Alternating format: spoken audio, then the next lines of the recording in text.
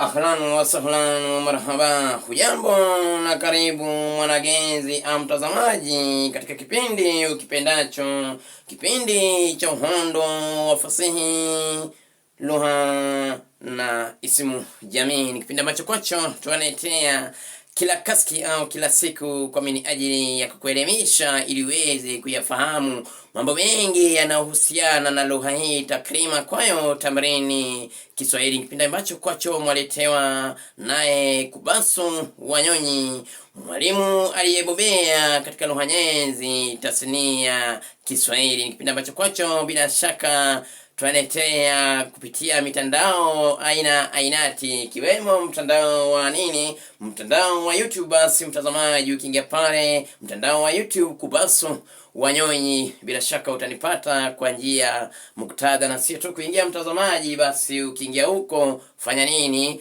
Pendekeza pale, yani like, vile vile sarakwa, yani subscribe mtazamaji, na pia unaweza ukaangazia, yani kuview, na pia ushirikishe na mwingine ambaye labda hakuwa na uelewa ama ufahamu kuhusiana na kipindi hiki, kipindi murwa sana mtazamaji. Yani katika lugha ya kimombo sema vipi, tutasema fika kwa ukiingia mle ndani, like, view, subscribe and share, na mambo yatakuwa aula sana mtazamaji. Vile vile jua fika kwa ni kipindi ambacho kwacho tukipeperusha kupitia mtandao wako wa upendao wa TikTok. Basi ingia pale TikTok mwalimu Kubasu, na vile vile ufanye vivyo hivyo, na mambo yatafanya yatakuwa aula sana mtazamaji. Kipindi ambacho kwacho pia tukipeperusha kupitia mtandao wa Instagram. Basi ukiingia pale Instagram Kubasu Wanyonyi, vile vile ufanye vivyo hivyo,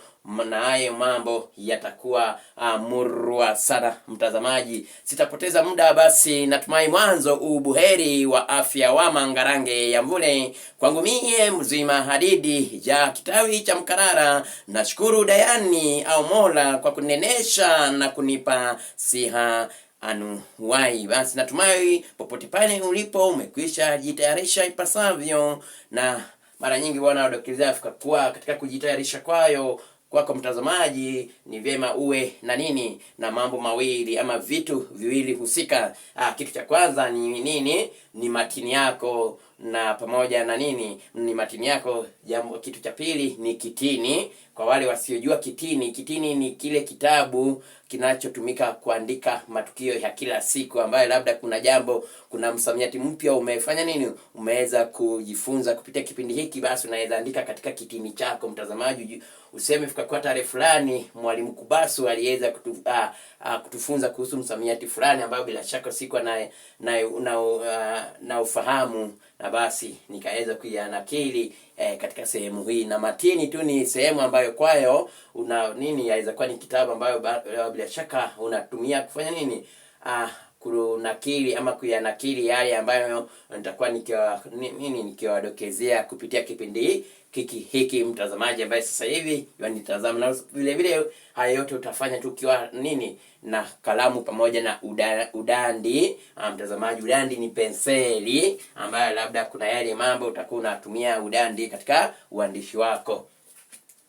Basi sitapoteza muda, nataka tuende moja kwa moja ili tuweze kuangazie yale ambayo nilikuwa nimeweza kuandalia. Na katika yale nilikuwa nimeweza kuandalia ni kuhusu sarufi. Na katika sarufi hatuna budi kuangazia matumizi, nayo tuna matumizi ainati, lakini kaski hii au leo hii tutataka tuangazie matumizi ya matumizi ya ki. Katika matumizi ya ki, mwanafunzi au mwanagenzi ambaye sasa hivi yanitazama, basi tu ningependa nikudokezee kinagaubaga fika kuwa ki hutumika katika njia ainati, ama hutumika katika hali tofauti ili kuleta maana tofauti mtazamaji. Kwa mfano tukiangazia matumizi ya kwanza ya ki hutumika katika hali ya ufananisho. Basi ki hutumika katika hali ya ufananisho, ambayo kwa bila shaka tutapata fika kuwa ki hutumika katika kufananisha tendo moja na jingine, ama tendo fulani na jingine mtazamaji, ama yaweza kuwa unatumia kuelezea jambo fulani na jambo jingine. Kwa kutumia nini? Kwa kutumia unajaribu kufananisha kitendo fulani kimoja na kitendo kingine mtazamaji ambaye sasa hivi ananitazama. Na basi hutumika katika hali hiyo, hali ya ufananisho, ama pia waweza sema hutumika katika hali ya ama kama kielezi ambayo inaelezea kuhusu jambo jambo fulani. Kielezi ama vielezi ni maneno yanayotumika kuelezea kuhusu kuhusu kielezi kingine mtazamaji ambaye sasa hivi yafanya nini? Yanitazama. Kuelezea ni labda kutoa kutoa labda ufananisho mtazamaji ambaye sasa hivi yanitazama. Na bila shaka tukiangazia tu mfano wa ufananisho, kwa mfano tu tutasema fika kuwa anacheza kilingala. Basi unaposema anacheza kilingala mtazamaji, hapo kimetumika kama kielekezi, anacheza kilingala. Basi kuna matumizi pale ya anacheza kilingala mtazamaji ambaye sasa hivi anatazama. Basi hapo utakuwa maanisha fika kwa kucheza kwake bila shaka ni ule sawia na ule wa nini na ule wa kilingala mtazamaji. Unapotazama kucheza kwa mtu fulani, labda umeona mtu fulani anacheza, labda ni mtoto, ukaweza kubaini fika kwa huyu mtoto jinsi anavyocheza, kucheza kwake ni kama ule wa ni ule wa kilingala mtazamaji, kana kwamba anacheza kilingala. Unajua neno hili mara nyingi ukanganya watu. Ninaposema anacheza kilingala, mtu labda anadhamiria ama anafikiria fika kwa anacheza ule wimbo unaofahamika kama kama Lingala. Tafadhali la si hivyo mtazamaji ambaye sasa hivi anatazama. Unaposema anacheza kilingala, kisa na maana kucheza kwake na ule wa Lingala hamna tofauti mtazamaji. Labda anacheza muziki fulani, labda hata wa Injili, lakini anacheza kama ule wa ule wa Lingala mtazamaji.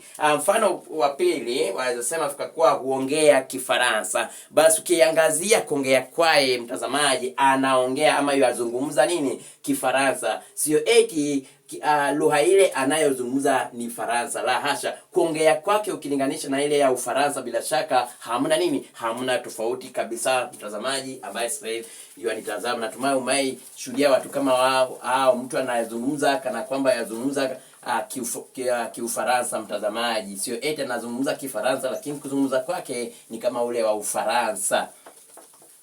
Kisha mfano labda wa mwisho, mavazi yake ni ya kitamaduni. Mavazi yake ni ya kitamaduni.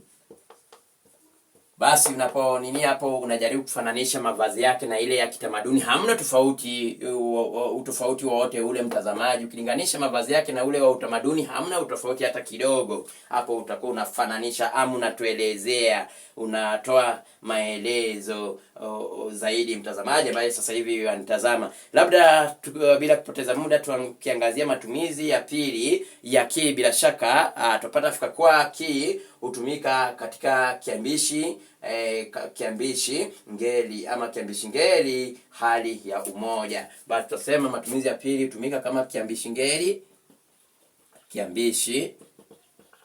ngeli hali ya umoja. Hali ya hali ya umoja. Basi hapa hutumika kama kiambishi ngeli katika hali gani? Katika hali ya umoja mtazamaji ambaye sasa hivi yafanya yanitazama. Natumai unajua viambishi ngeli mtazamaji, katika labda ngeli ya kivi hapa sasa, ambayo bila shaka yatumika hapo, lakini katika hali ya umoja, ila sio hali ya wingi. Ukijaribu kubadilisha katika hali ya wingi, basi matumizi kwayo ya ama wenda kikapotea mtazamaji. Na basi hapa tutasema fika kwa imetumika pale kama kiambishi ngeli ya hali ya umoja. Hatutumii katika hali ya wingi mtazamaji. Ukitumia hali ya wingi kitapotea mtazamaji. Basi kwa mfano tu tunasema kikombe chake kimefanya nini? Kimevunjika ama kilivunjika, mtazamaji ambaye sasa hivi wanitazama, kikombe chake kilivunjika au kimevunjika. Yalingana wazungumzia wakati upi. Tuna aina nyingi kwazo za nyakati. Tuna wakati uliopo, uliopita, tuna wakati timilifu mtazamaji, tuna wakati huria na mengine mengi mtazamaji, na hizo nyakati huenda na viambishi mtazamaji ambaye sasa hivi wanitazama. Hiyo tu ni mifano kwayo. Mfano mwingine labda waweza sema chakula kilipikwa. Chakula kilipikwa. Basi katika kiambishi ngeli ambayo ni ngeli ya kivi lakini hali ya umoja. Chakula kilipikwa. Chakula kilipikwa mtazamaji. Basi natumai ushajua, umekwisha yafahamu matumizi kwa ya ki katika hali ya nini? Katika kiambishi ngeli hali ya umoja. Tukiangazia matumizi ya tatu ya ki, tuwadokezee wafika kuwa ki bila shaka hutumika katika hali ya udogo. Na kumbuka kuna wakati nilipokuwa nikifanya uchambuzi kwayo wa maneno katika hali ya udogo na ukubwa ama udogoishi mtazamaji, niliwadokezea kwa kuwa hiyo ni hali ambayo kwayo bila shaka unadunisha, unachukua maneno fulani katika hali ya wastani, yani hali ya kawaida, kisha unafanya nini? Unayadunisha, unaika katika hali ya udogo sana mtazamaji. Hiyo huko ni kudufanya nini? Kudunisha. Na katika kudunisha niliwadokezea fika kuwa watu tunatumia mara nyingi ngeli ya ki vi. Umoja ni ki, wingi ni vi, ambao unadunisha kitu, unaweka katika hali ama kiwango kidogo zaidi kuliko jinsi kitu hicho kilivyo mtazamaji. Na katika hali ya ukubwa nikawadokezea fika kuwa ni hali ya kufanya ni ya kukuza kitu, na iweka katika hali ambayo kwayo si ya kawaida, ni kubwa zaidi mtazamaji, sio ya kawaida. Mwanagenzi au mwanafunzi ambaye sasa hivi yanitazama, na katika hali hiyo tutatumia ngeli ya lia, na tutaenda sana mtazamaji, ama sitayazungumzia mengi, maana hayo tu nilikuwa tunakumbusha katika hiyo hali ambayo tuliweza kuangazia maneno katika hali ya wastani, udogo na ukubwa. Basi ki hutumika katika hali ya udogo, utaandika hivyo, hutumika katika hali ya udogo. Hutumika katika hali ya udogo. Basi hapa mwanagenzi au mwanafunzi ambaye sasa hivi yanitazama, wacha tu nitoe mifano hala ili nisipoteze muda, kwa sababu muda unazidi kuyoyoma au azidi kuipa kisogo. Tusema kitoto kilianguka kikaumia, ama kitoto kilichanguka kiliumia. Kitoto kilichoanguka kiliumia. Kitoto kilichanguka kiliumia. Basi hapa unadunisha. Kumbuka fika kuwa katika hali ya wastani ama hali ya kawaida ni mtoto, lakini unapotumia ama unapodunisha tutumia ngeli ya ki kulingana na sheria kwazo katika lugha nyenzi kwayo Kiswahili ambayo inakubalika. Tafadhali useme fika kuwa umeharibu uharibu Kiswahili, la hasha. Hii ni aina moja hapo ya zile tanzo ambazo kwazo tuangazia katika lugha nyenzi tasnia Kiswahili. Ukienda shule ya msingi utapata maneno haya, ukienda shule ya upili vile vile utapata maneno haya, tukienda chuo kikuu kwa wale walimu ambao wanafanya masomo ya Kiswahili mnaelewa vizuri sana, na mnajua kuwa kile ambacho nadokezea ni kweli, maana yale ambayo tunanini hapa ndio kwayo pia mnaangazia kule katika ama vioni mtazamaji au mwanagenzi ambaye sasa hivi wanitazama.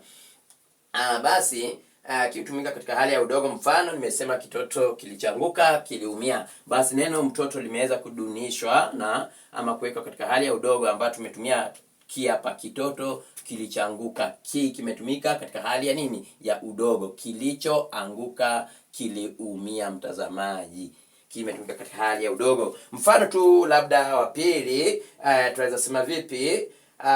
Mnunuzi alinunua kigombe chao. Mnunuzi alinunua kigombe chao mtazamaji. Basi kigombe neno ng'ombe ambayo tumeweza kudunisha kwa kuondoa kwa kuondoa herufi. Kumbuka fika kuwa katika hali ya kuweka maneno katika ukubwa na udogo, niliwadokezea fika kuwa ukitaka kufaulu vizuri mwanafunzi, jaribu ukiambiwa badilisha neno fulani katika udogo, jambo la kwanza badili neno hilo katika hali ya ukubwa, ambao utapata kuna baadhi ya maneno ambayo pia huwa tunaachisha herufi. Basi maneno haya tuwaita maneno ama herufi ya chishi, zile herufi zinazoachishwa ama zinaondolewa pale. Kwa mfano neno ng'ombe utaachisha ama utaondoa herufi ya mwanzo na kubaki na neno gombe katika hali ya ukubwa, na bila shaka unapoiweka katika hali ya udogo, kazi yako tu ni kupachika ki mwanzoni mwa neno lile la ukubwa, na bila shaka mambo yanakuwa aula. Basi kigombe ama mnunuzi alinunua kigombe chao. Kijisu cha ngariba ni kikali. Kijisu cha ngariba ni kikali. Ngariba ni mtu ambaye upasha watoto wavulana tohara. Basi anayepasha tohara huitwa ngariba, na kupashwa tohara ni kule kutahiriwa, mtazamaji. Basi kijisu cha ngariba ni kikali mtazamaji. Basi kutokana na neno kisu, basi tumeweza kuidunisha ama kuiweka katika hali ya udogo na kukiita kijisu, ambao bila shaka hapo wafanya nini, waondoa kuna herufi ambayo kwa utapachika pale, utapachika G katikati mwa kiambishi ki, mtazamaji, na bila shaka basi nakuwa nini, kijisu. Basi umepachika kiambishi G ama umepachika G katikati ya ki na nini na su, mtazamaji, na ukaibadili na kuwa katika hali ya udogo, kijisu. Bila kupoteza muda, tutaka tuendelee moja kwa moja, tuangazie tu machache mtazamaji kulingana na muda. Basi ki pia hutumika katika hali ya masharti. Tunaposema fika kuwa ki hutumika katika hali ya masharti. Hali ya masharti ni hali ambayo kwa unashurutisha kitu, mtazamaji, ama ni unaifanya kitu kwa ulazima ama hali ya kuilazimisha. Masharti ni nini? Ni hali ya ama ni kulazimisha jambo fulani, mtazamaji, ambayo lazima hilo litokee. Basi masharti hutumika katika hali ya nini, ya masharti. Kwa mfano tu labda kwa mfano tutasema akisoma atafaulu. Basi unaposema fika kwa akisoma atafaulu, kisa na maana lazima tufanye nini? Ni lazima tu asome, ama ili afaulu lazima tu afanye nini? Lazima tu asome. Basi kufaulu kwake kutatokana na nini? Na kusoma kwake. Akisoma atafaulu. Ki ya masharti. Masharti kisa na maana lazima, masharti. Akisoma, mfano akisoma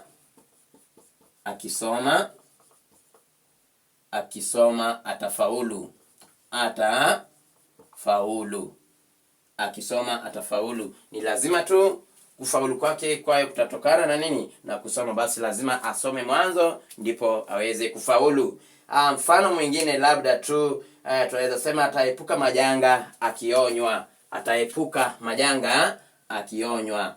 Ataepuka majanga akionywa, mtazamaji. Basi ili apukane na na majanga, lazima tu mwanzo afanye nini? Aonywe. Ni lazima kabisa aonywe mwanzo ndipo ataepuka na nini? Na hayo majanga. Ataepuka, tutaandika vizuri, kunadhi, ataepuka majanga akionywa. Hayo ni matumizi kwa ya kia masharti. Ama waweza sema mwanafunzi akifunzwa ali atafaulu. Ama mwanafunzi akifunzwa ali, yani akifunzwa vyema atafaulu, mtazamaji. Ni lazima tu akifunzwa vyema atafanya yafaulu. Mfano mwingine labda wa ki, matumizi kwa ya ki, tuseme fika kwa kitumika kama mwanzo wa maneno ambayo yanaonyesha lugha fulani. Ki anatumika kama mwanzo ya maneno ambayo yanaonyesha nini? Yanaonyesha lugha fulani. Kwa mfano waweza sema Kiingereza, Kikikuyu, Kifaransa, basi Kiswahili, Baada hapo ukiangazia kwa upana utapata kwa hapo ki kimetumika kama mwanzo wa nini? Ki imeweza kutumika kama mwanzo wa maneno ambayo yanaonyesha lugha fulani. Kama mwanzo, tutaandika hapa kama mwanzo wa maneno ya lugha fulani. Na nimeweza kupeana mfano: Kifaransa ni lugha, Kifaransa, Kiswahili, kisha Kiswahili, Kikikuyu, ila sio Kikuyu mtazamaji, tutasema Kikikuyu, na lugha nyinginezo ambazo kwazo unazifahamu. Na kisha matumizi mengine ya ki tudokezea kwa ki hutumika kuonyesha mazoea ya kutenda jambo. Basi tunapozungumzia kuhusu mazoea ya kutenda jambo, basi hapa hudhihirisha wazi kwa jambo fulani utekelezwa mara kwa mara mtazamaji. Kumbuka tukiangazia hali ya nyakati ama wakati, tuna wakati huria ambayo kwa ndio mazoea, na katika wakati huo tutatumia kiambishi gani? Tutatumia kiambishi huu ambao huonyesha mazoea kutekeleza jambo fulani, ama jambo fulani hutokea mara kwa mara, sio mara moja mtazamaji. Basi ujue kwa tunapozungumzia kuhusu matumizi ya ki, pia ki hutumika kuonyesha mazoea ya kutenda jambo fulani, mazoea ya kutenda jambo fulani. Kwa mfano waweza sema hukimbia anapotumwa. Hukimbia, kuna pale matumizi ya ki. Mazoea, ki ya mazoea, unaweza andika tu mazoea, ki ya mazoea, ki ya mazoea, mazoea.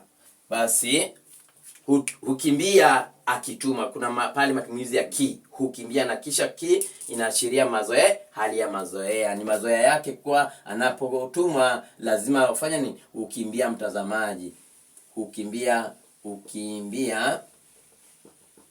akitumwa, hukimbia akitumwa.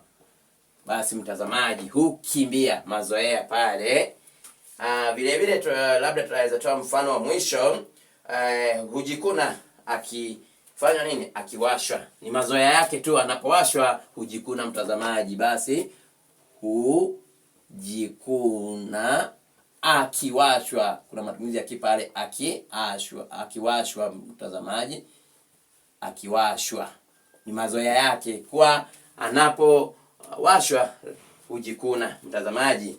Na tukiangazia kwa hiyo labda matumizi ya mwisho ya ki kulingana na muda, ambayo sio ya mwisho kabisa, na matumizi ya ki ni mengi mtazamaji, mengine tutaangazia katika kipindi kijacho, lakini nataka tu nitoe mfano mwingine kabla tuhitimishe kipindi. Basi ki huonyesha kitendo kitakuwa kikiendelea kufanyika na wakati huo mtazamaji, kingine vile vile kitakuwa kikitendeka. Basi hapa huonyesha kwa matukio mawili yanatokea kwa wakati mmoja. Matukio ya mawili yanafanya nini? Yanatokea kwa wakati moja mtazamaji. Ni kama inakaribia na ile hali ambayo tulikuwa tunasema katika pale uchambuzi wa fasihi. Kuna ile mbinu ya sadfa ambayo nilidokezea kwa sheria kwa mambo mawili yanatokea kwa wakati moja. Pale mambo mawili yanatokea kwa wakati moja pasipo na matarajio, yani bila kutarajia mtazamaji. Labda kuna jambo fulani lilikuwa linatekelezwa, kwa mfano sasa hivi mwalimu Kubasu anasomesha, ghafla bin vu jambo jingine likatokea labda sehemu fulani ama huko nje, na basi na ni jambo ambalo sikuwa nalitarajia. Hiyo ni mbinu ya sadfa ambayo matukio mawili yanatukia ama yatokea kwa wakati mmoja pasipo na matarajio. Lakini hapa sasa hatuzungumzii kuhusu sadfa, ili najaribu kuwadokezea kwa matendo ama matukio mawili yanatokea yanatokea kwa wakati moja, ila sio pasipo na matarajio. Hapa tubii kama ni kuliwepo na matarajio ama kukuwepo na matarajio mtazamaji, kwa sababu haya hatujazungumzia kwa yanatokea pasipo na na matarajio. Hapo tu nimedokezea kwa ki hutumika kuonyesha kitendo kitakuwa kikitendeka ama kitakuwa kikiendelea kufanyika, na wakati huo kingine kitakuwa kinaendelea kufanyika. Kwa mfano, atapokuwa akikama ng'ombe, nitakuwa nikifanya nini? Ama atakapokuwa kilima, nitakuwa nikikama ng'ombe wetu. Atakapokuwa akilima, nitakuwa nikikama ng'ombe wetu. Hapo unaona wakati ule anapoendelea na kitendo cha kukama ng'ombe ama kukama mbuguma wao. Kumbuka mbuguma ni ng'ombe ng'ombe wa maziwa ambaye ana ukamwa, mtazamaji. Tunasema kukama, sio kukamuliwa, tafadhali. Basi nitakapokuwa nikilima, atakuwa akimkama ng'ombe ama ng'ombe wao, mtazamaji, ambaye sasa hivi, ama ng'ombe wetu, mtazamaji, ambaye sasa hivi nitazama. Mfano mwingine labda tutasema tutakapokuwa tukisoma, mwalimu atakuwa akifanya nini? Akiandika ubaoni. Tutakapokuwa tukisoma, mwalimu atakuwa akiandika ubaoni. Basi unapata fikakuwa pale kimetumika kuashiria kuwa matukio mawili ama matendo mawili yanatokea kwa wakati mmoja, ama wakati kitendo fulani kitakuwa kinatokea, kingine pia kitakuwa kinaendelea kufanyika, mtazamaji, ambaye sasa hivi nitazama. Na basi kumbuka fikakuwa tunaangazia kipindi ama tuangazie uchambuzi kwayo wa uhondo wa fasihi, lugha na isimu jamii, mtazamaji. Na leo hii tuangazie sarufi, na katika sarufi tuangazie matumizi kwayo ya ki. Na bila shaka kwa sababu ya muda umeipa kisogo, nitaachia hapo ili tuendelee katika kipindi kijacho. Mimi nashukuru mwanzo kwa kuitikia wito wangu. Chambilecho wahedi waliokulikuntu kubali wito, ila kataa uitwalo iwapo halina maslani nawe, mtazamaji ambaye sasa hivi nitazama. Basi kaditadi tamati nangangu na shusha kwa mahanjamu kedekede mtimani mwangu, natumai twatiana mbonini majaliwa ya manane. Chambilecho wahedi au vingosha waliokulikuntu au walionena, kilicho na mwanzo mathalani huwa na mwisho, na muwe na wakati usiokuwa na bugha wala mishe kaditadi tutakapofarikiana katika kipindi kingine kijacho, ambacho labda tutakuwa tukiangazia uchambuzi kwayo wa nini, uchambuzi kwayo wa misamiati ainati, mtazamaji. Basi nitaacha kwa msemo, ama nitawaaga kwa msemo usemao, cha mkufuu mwanafuu ha kila huu, cha mwanafuu mkufuu hu akila ha. Wassalam.